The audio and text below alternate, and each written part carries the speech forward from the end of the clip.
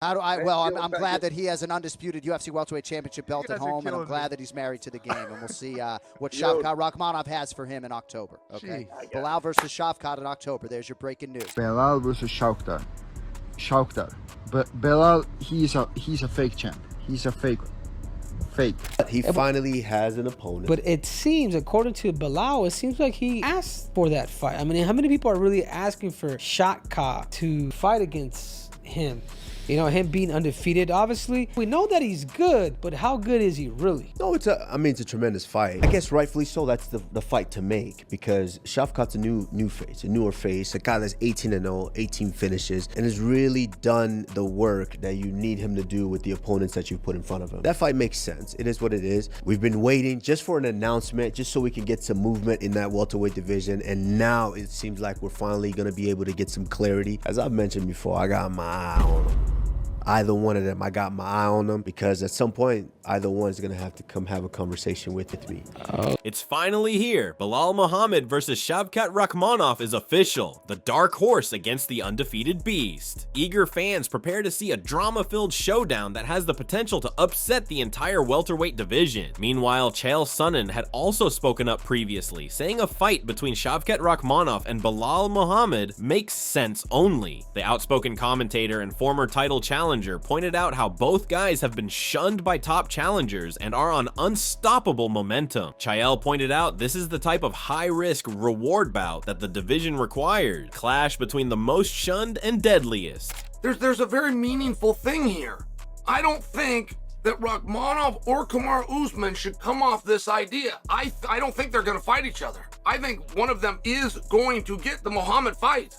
If you listen to Ryan Harkness, the wind is blowing fairly heavily in the direction of Rakhmonov, as in like 100%. That the UFC isn't really weighing options here.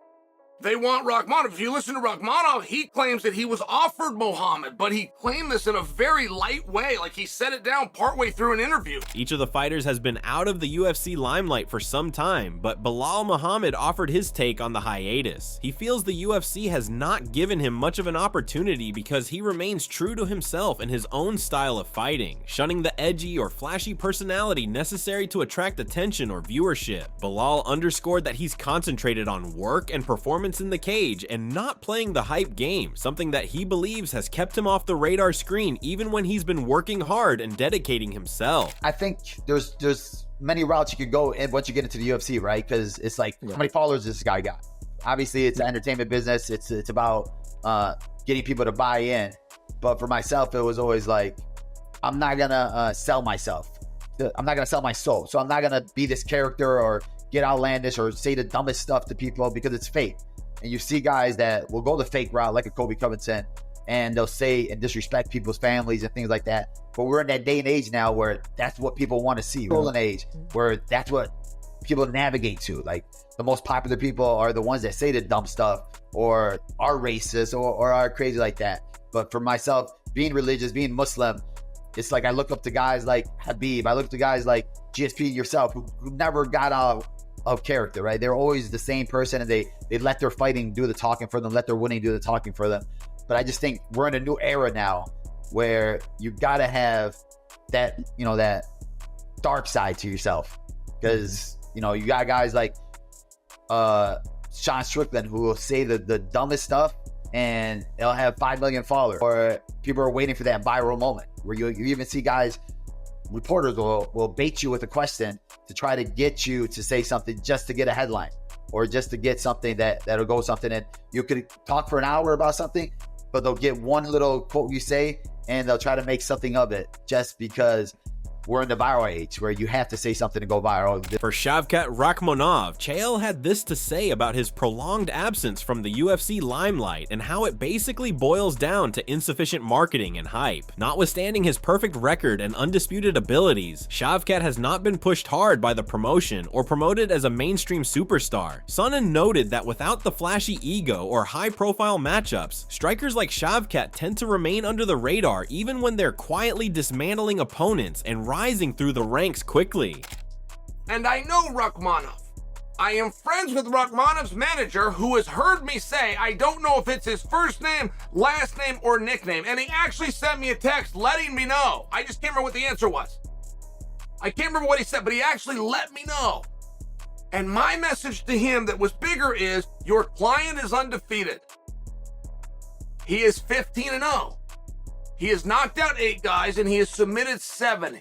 Perfect record. And the manager corrected me and said, Chaley's actually 16-0, right down the middle, 8 knockouts and 8 submissions. So the point is, we have a wildly impressive guy who has not mastered the English language, who is from a different part of the world, who can come in at welterweight, and in theory, possibly be the champion today. We have our new Chimaev.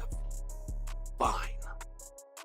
What am I going to say about him other than he sucks at marketing, and one of his 3 names is apparently Rakhmonov. But now that the battle has been made official, belated former champion Belal Mohammad showed absolute faith leading up to his bout against Shavkat Rakhmonov. With a reputation for toughness, pressure, and never say die pace, Belal is confident that his fight experience and heart will be the deciding factors in giving the undefeated Rakhmonov his first defeat. Talking with conviction, he said that he's ready for war and willing to show he's the most dangerous man in the division. With a possible title shot hanging in the balance, Belal's confidence is through the roof going into this fight. Yeah, I don't know if you saw Shavkat Rakhmonov tweeted, he basically called you out. Would you be interested in defending against Shavkat first? Yeah, of course. I mean, I've literally never turned down a fight. I never backed down from anybody. I've had so many people turn down fights against me. So now I'm at the top. I'm the man, and for me, now cementing my legacy as the best welterweight to ever do it. I'm not gonna sit there and call out these random guys and everything. Who's next in line? Who's the best in line? And I'm gonna show you what I am, what I can do. They thought Leon could walk through me. Now I'm gonna walk through all these other guys. That self-confidence may be the result of Belal Mohammad's rigorous and unconventional training. During a podcast with MMA great Demetrius Mighty Mouse Johnson, Belal pointed out what makes his training habits different from other competitors. From mimicking actual fights to relentless cardio exercises and psychologically debilitating sessions, he's committed to honing each tool in his toolkit. Belal stressed that he doesn't merely train hard, he trains smart, with focus, and with the mentality of a 5-round fights against the division's top. Different than most fighters. A lot of gyms that there are nowadays, there's big gyms, right? They have 30 or 40 UFC fighters in there, and there's not one-on-one, specific training for your fight. It's like, this is a guy UFC fight, this guy got a UFC fight, so let's just spar and, see what happens. For my gym, we're a small gym. So a lot of the stuff we do is specific. So whenever I have a fight, it's like a boxing camp. We're all breaking down the opponent. All my training partners are mimicking my opponent, and I'm not sparring you unless you're mimicking that guy. So I have 2 or 3 sparring partners. I'm not sparring more guys than that. And my coach is watching all my sessions, and he's making sure that they're done. So we're like a family. So they're like, that's the thing for us. It's not like a big gym where everything for themselves, every man for themselves. We all want to see each other win. So when my training partner has a fight, I'm watching his guy. Part of Belal Mohammad's confidence is also due to his time training under the tutelage of Khabib Nurmagomedov. On the podcast, Belal explained how being at Khabib's camp deeply affected his mindset and work ethic. Surrounded by a no-nonsense, grind-heavy atmosphere, Belal learned the importance of discipline, focus, and mental toughness. All things Khabib teaches in every session. He attributed that experience with increasing his fight IQ, honing his wrestling, and developing a champion's mentality that he now brings to each fight. Been training with Khabib. Now, how often are you training with him, and what are the things you've learned from training with one of the GOATs of mixed martial arts, undefeated, 29-0? What's it like training with him? And then you obviously have your other gym. What's the different comparison? Oh, man. I mean, anytime I get a chance to train with Khabib and his team, whenever they're in the U.S., it's priceless. Like for the whole Sean Brady, I did my whole camp with them guys. And my coach always brings it up to me because Lou, who's with me since high school, he's still with me now to this day. And like anytime I go on like a trips or something, he'll come with me and he'll just be there as like, your mom in the corner, like, yeah, you got it. As like he walks on me, and he's on Snapchat because my family always watches Snapchats when we were in Dubai for 5 weeks. And Lou won't like post some videos. And they're like, why ain't Lou post a video? And Lou's like, no, he got beat up today. And it just be like, he's only showing the good shit. He was like, it wasn't a good day, guys. No, we don't want to post that. because it was getting over there, like them guys go so hard, and there's not a round off. Like in every gym, you have those rounds off where, like you said, if you have close friends that they see that you're tired, like they'll be, all right, I'm gonna go a little bit lighter with you today because you feel sorry for your boy or something like that. Over there, it's no. With Khabib's gym, they want to win every round. They want to win every second. There's no flow grappling. Like for me, I love grappling. I love, like, I'll play guard a lot whenever I'm like rolling at my gym, and they like Khabib would yell at me, "Get up! This is not jiu-jitsu. Get up! Get on top. You're losing if you're on bottom."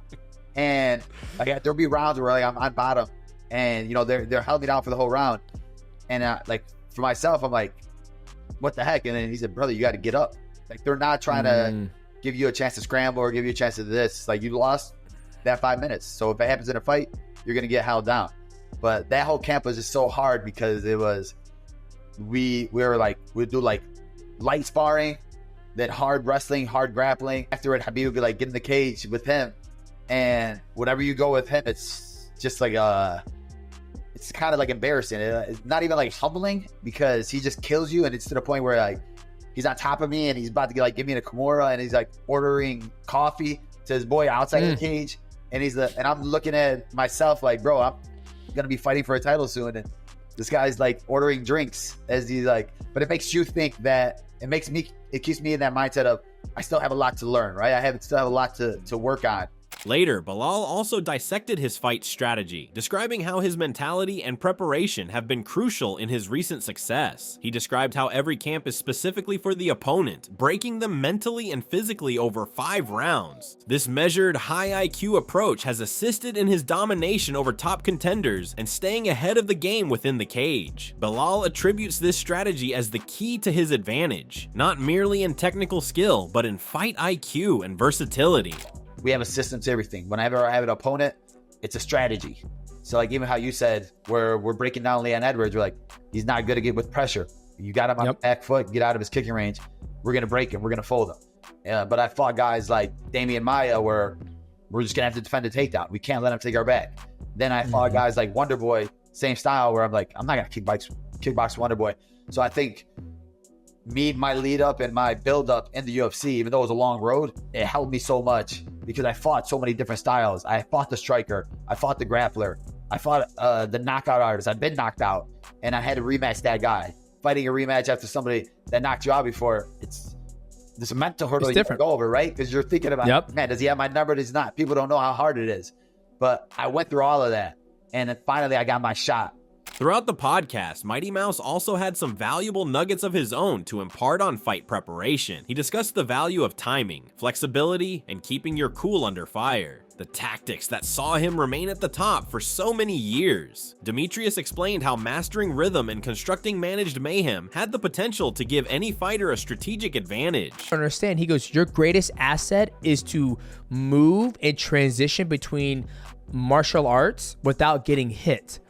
That's what you're good at. You're not a banger. You don't, there's no point to take all this concussions and these shots. That was the first time he told me. So that's when I fought Ian McCall the second time. I was moving and I was a lot bigger because I went on a better diet. And then later in my career, Matt goes, okay, DJ, this is what makes you so damn good. You thrive in the chaos. Like when you fight people, you're able to put them and make them make mistakes. And when they make the mistakes, you're able to capitalize on it because your technique's so good.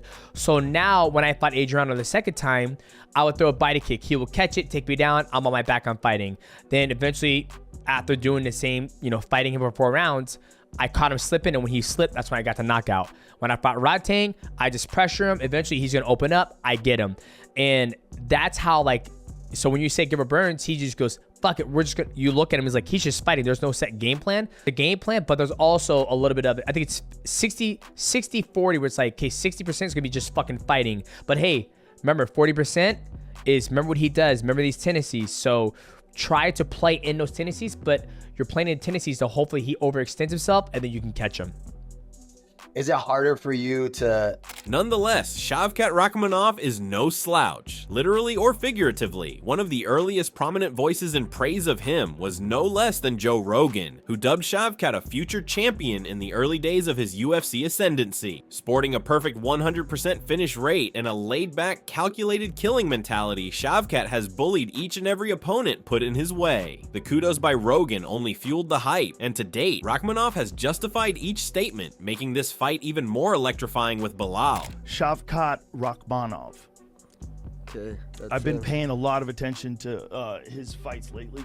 Google some of his, if you can see some of his highlights. He's got like a karate style. Okay, I remember seeing this Beautiful Mongolian kicks, man. with the hat, the Khabib hat. You know, you think of a guy like that, you think of a wrestler, but this guy, although he is absolutely a good grappler, kicks are fucking insane. And he can wrestle too, huh? He can wrestle too, but he's as a striker is where he really shines. He throws nasty kicks to the body. Just a really good striker, tough as and undefeated. But he's a guy that's like not getting a lot of hype for whatever reason, but I think he's someone to keep an eye on. It's the first time I've ever saw him, yeah. He's good. See, he's got submissions. No doubt. I mean, he's good at everything. I wish I had a better guillotine. How's your guillotine? You got a good guillotine? It's okay. Yeah, but this guy's very talented and undefeated. Adding yet another layer to the hype, old footage attests that Shavkat Rakhmonov has trained under Khabib Nurmagomedov and his team. This matchup brings to light that both men have learned from the same high-level training system, with both Belal and Shavkat having been part of the Dagestani system at one time or another. This fight isn't merely a fight of abilities, but of two mentalities tempered in one of MMA's most formidable camps.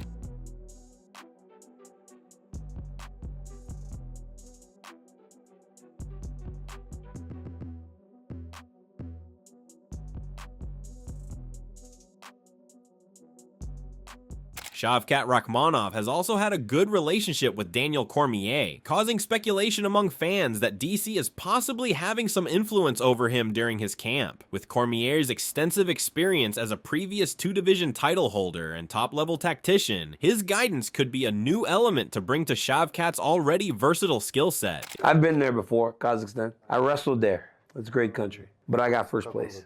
Killed everybody. 2005. Тогда не был в Казахстане, я в Узбекистане. Well, I've been to Uzbekistan too. Guess what? First place. Tell him. Он какой-то турнир, наверное, выиграл там. Wrestling, freestyle wrestling. So tell him if he ever tries that shit with me, he's dead. Don't ever try this because then you're dead. Yeah, kill this guy. Он недооценивает мою борьбу. No, but I wrestled in Kazakhstan in first place. Tell him. You understand? You gotta understand. Shavkat, you have to understand this. Shavkat, you have to understand. It's okay. Если мой вес позволял, если боролся бы, братан, тебя шанс не был бы. Oh, Shavkat, 10-0. Не, брат. 10-0, 10-0, maybe 1 minute. 2 minutes, 10-0. 85 kilos me, 85 kilo you, 10-0. No, bro. Interestingly, though Daniel Cormier appears to get along with Shavkat, the reverse was apparent in a recent interview in which he criticized openly Belal Mohammad's style of fighting. DC noted that on occasion, Belal's style can be too defensive or systematic, and that it may prevent him from finishing fights conclusively. This dichotomy of opinions further elevates the level of drama in their impending showdown. When they say Belal Mohammad's fighting and is it under 2 minutes before he shoots, have you ever not shot in the first 2 minutes? You always shoot in the first 2 minutes. I just beat Gilbert Burns and I didn't shoot one takedown. You shot the whole time. Did you watch the fight? All he does is panic wrestle. The whole time Belal reaching for ankle. Oh, but no, I'm going under 2. I think he's going to shoot. He's not going to make it that obvious, but he's going to shoot under 2 minutes. Yeah. You didn't shoot at all, huh? I did not shoot one takedown. That's my boy right there. You know. Aside from analysts, however, this bout has also interested fellow warriors, with Ilya Topuria already being among the first to have his say. The rising contender openly backed Shavkat Rakhmonov to come out on top, praising his well-rounded skill set and unblemished record. Ilya highlighted Shavkat's ability to finish fights and his calm, calculated approach as key factors that could give him the edge against Belal in what's shaping up to be a showdown of the division's elite. Belal versus Shavkat. But Belal, he's a fake champ. He's a fake. I think right now in the welterweight division, the one who will come back and will take the belt again, it's Kamaru Usman, in my opinion. Easy work for Usman. In the wake of Ilia Toporia's forecast, MMA Guru also picked Shavkat Rakhmonov to emerge victorious in the next bout. Though not providing much explanation, their selection contributes to the increasing support for Shavkat as the favorite to enter this much-awaited showdown. This increased support from fighters and pundits alike speaks volumes about how much this fight is garnering attention within the MMA universe. With odds favoring Shavkat, fans are looking to see if Belal can beat the odds and prove them otherwise within the cage. Belal versus Shavkat in a 3-rounder, who wins? Shavkat would win. Shavkat would win. Knees to the body in the clinch are just huge for him in those matchups. Kamaru Usman and Henry Cejudo have also entered the fray, both revealing that they cannot wait to see this encounter happen. Usman actually suggested that the victor of Belal versus Shavkat might be the next one up for him to face, meaning serious stakes to this fight. With 2 previous champions taking notice and supporting this fight, the victor is not merely competing for pride, but possibly a title opportunity that will transform the welterweight division. He finally has an opponent. But it seems, according to Belal, it seems like he asked for that fight. I mean, how many people are really asking for Shavkat to fight against him? You know, him being undefeated, obviously. We know that he's good, but how good is he really? No, it's a tremendous fight. I guess rightfully so, that's the fight to make, because Shavkat's a new face, a newer face, a guy that's 18-0, 18 finishes, and has really done the work that you need him to do with the opponents that you put in front of him. That fight makes sense. It is what it is. We've been waiting just for an announcement, just so we can get some movement in that welterweight division, and now it seems like we're finally gonna be able to get some clarity. As I've mentioned before, I got my eye on him. Either one of them, I got my eye on them, because at some point, either one is going to have to come have a conversation with me. There you have it. Belal Mohammad versus Shavkat Rakhmonov is going to be one of the most electric bouts in the welterweight division, with each fighter having individual skill sets, top shelf camps, and big names behind them. This fight has huge implications for the title scene. Who will emerge? The tough veteran or the unstoppable undefeated machine? Drop your predictions in the comments, press that like button, and don't forget to subscribe for all the latest MMA news and fight breakdowns.